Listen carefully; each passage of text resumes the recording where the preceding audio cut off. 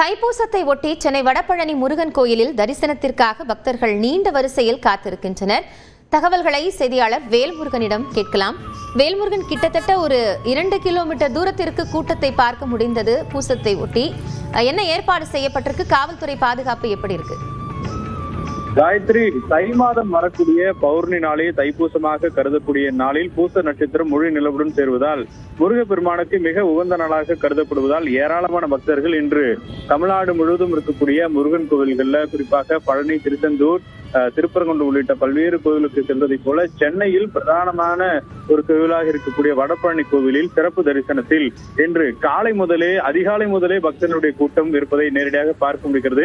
குறிப்பாக metro rail நிலையத்தில் இருந்து தற்போது வடபழனி கோவில் வாயில் வரைக்கும் தற்போது கிட்டத்தட்ட பக்தர்களுடைய கூட்டம் கிட்டத்தட்ட 2 கிலோமீட்டர் தொலைவிற்கு நீண்ட வரிசையில காத்திருந்து முருகனை வழிபட்டு செல்லக்கூடிய அந்த காட்சிகளை பார்க்கிறோம். இன்று நாள் முழுவதும் பல்வேறு அபிஷேகங்கள் செய்யப்பட இருக்கிறது. குறிப்பாக பாலாபிஷேகம், தைராபிஷேகம், அதே போல சந்தன அபிஷேகம், விபூதி அபிஷேகம் என்று பல்வேறு அலங்காரங்கள் இன்று செய்யப்பட இருப்பதன் காரணமாக பக்தர்களும் பால் காவடி, பன்னீர் காவடி, இளநீர் காவடி என்று விரதம் இருந்து இன்று நாள் முழுக்க தற்போது முருகனை வழிபாடு செய்யக்கூடிய வகையில பக்தர்களுக்கு பல்வேறு ஏற்பாடுகள் செய்யப்பட்டிருக்கிறது. குறிப்பாக சிறப்பு தரிசனத்திற்கு தனி வழியும், அதே போல காவடி எடுத்து வரக்கூடியவர்களுக்கு தனி வழியும், அதே போல வயதானவர்கள், சிறுவர்கள், அதே போல மாற்றுத்திறனாளிகளுக்கும் தனி வழி என்பது அமைக்கப்பட்டிருக்கிறது. இதன் காரணமாக முழுக்க பக்தர்கள் சிரமம் இல்லாமல் விரைவாக முருகனை தரிசனம் செய்து புறப்படக்கூடிய வகையில ஏற்பாடுகள் செய்யப்பட்டிருக்கிறது. காயத்ரி, நன்றி வேல்முருகன் விவரங்களுக்காக.